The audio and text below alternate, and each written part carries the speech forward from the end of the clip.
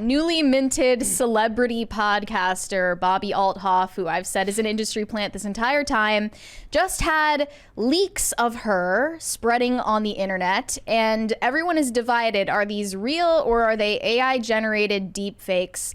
And she's just supposedly the newest victim of sexually explicit deep fakes spreading around online. I thankfully didn't see them, and I don't plan to. But she responded to this on her Instagram saying, I hate to disappoint you all, but the reason I'm trending is 100% not me, and it's definitely AI generated. But even if it were real, she could just respond and say that it's AI. Yes. It's an easy out these days. It's the best out for people nowadays, is to do all sorts of degenerate shit and then just... It was AI. Yeah. So you can't spread it. That would be unethical. It wasn't me. No, but I'm inclined to believe her because the amount of media obsession over this chick's podcast has been insane. If anything is astroturfed, it's the Really Good Podcast, and yes, that's the actual title of the podcast. She recently got divorced. Her husband filed for divorce, and a lot of people blamed Drake for meddling in their relationship after he appeared on her podcast.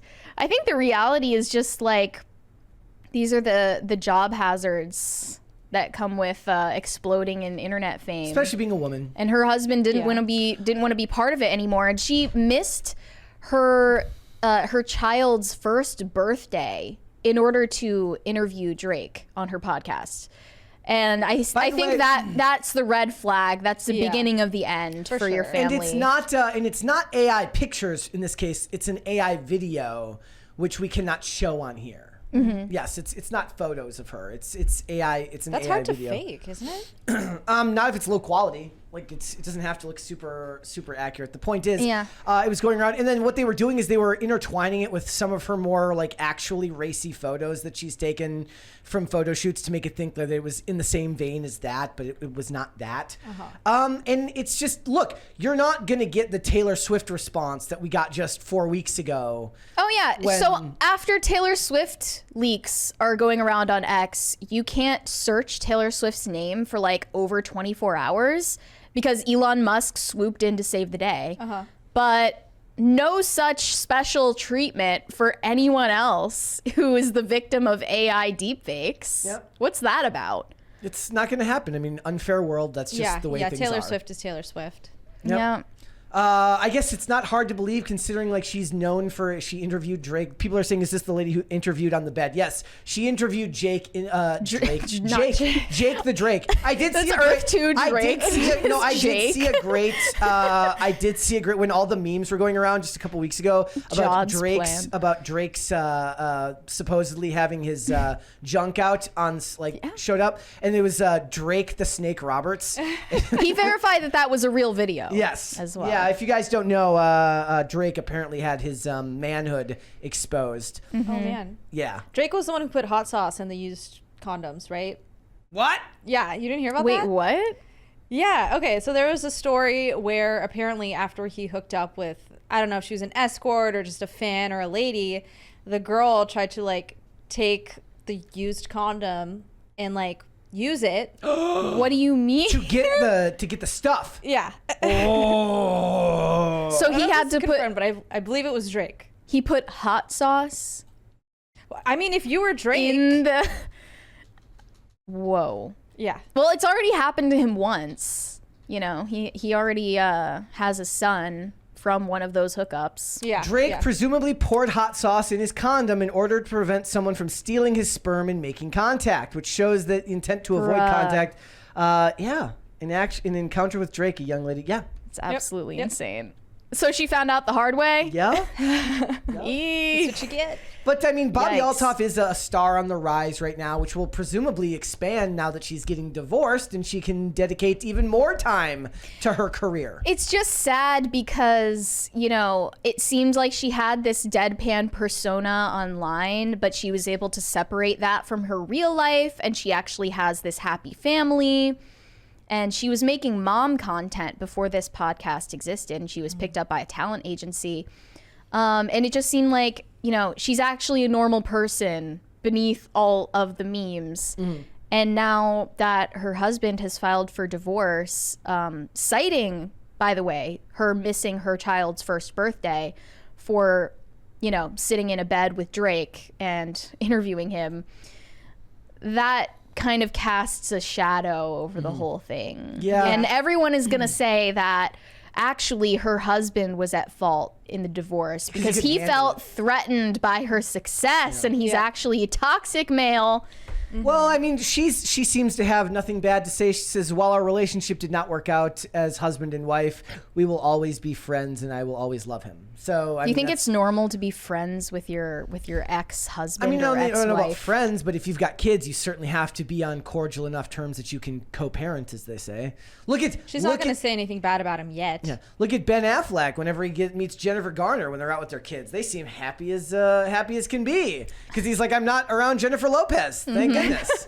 I guess that's the ideal in already less than ideal circumstances, but yeah, it's just sad to see someone who began as like a wholesome, normal, well-rounded person in their 20s as well. She's so young. Go down this path because she's so addicted to the fame. Yeah. Is there any celebrity that you can think of that would get the same level of hullabaloo around such images as what happened with Taylor Swift? I mean, I pointed out that it's probably Taylor Swift and other celebrities with clean-cut images like her. You know, the reason that those images were going so viral is because they don't sexualize themselves as much as other celebrities. Correct. You're not going to see Cardi B deep fake porn because her entire persona is already pornographic. Right. So I think that particularly was like a reason for it going viral. Yeah. Yes. Yeah. Taylor Swift's the biggest thing, and her persona is incredibly wholesome. Yeah, people got mad when I said that she's modest in relative terms to other people in the entertainment industry, but I'm just saying on relatively, I'm not saying that she's like out here wearing prairie dresses, but she definitely keeps a more like family friendly image and public persona, and she's not like twerking and like making songs like WAP. Yeah, that's all I'm saying. She tries to keep it a little bit more on the wholesome side. Gordon Shumway says Adele. I don't think she's very famous, but I don't know if that would have the same uproar as Taylor Swift. Yeah, because I think people find Taylor Swift generally more attractive.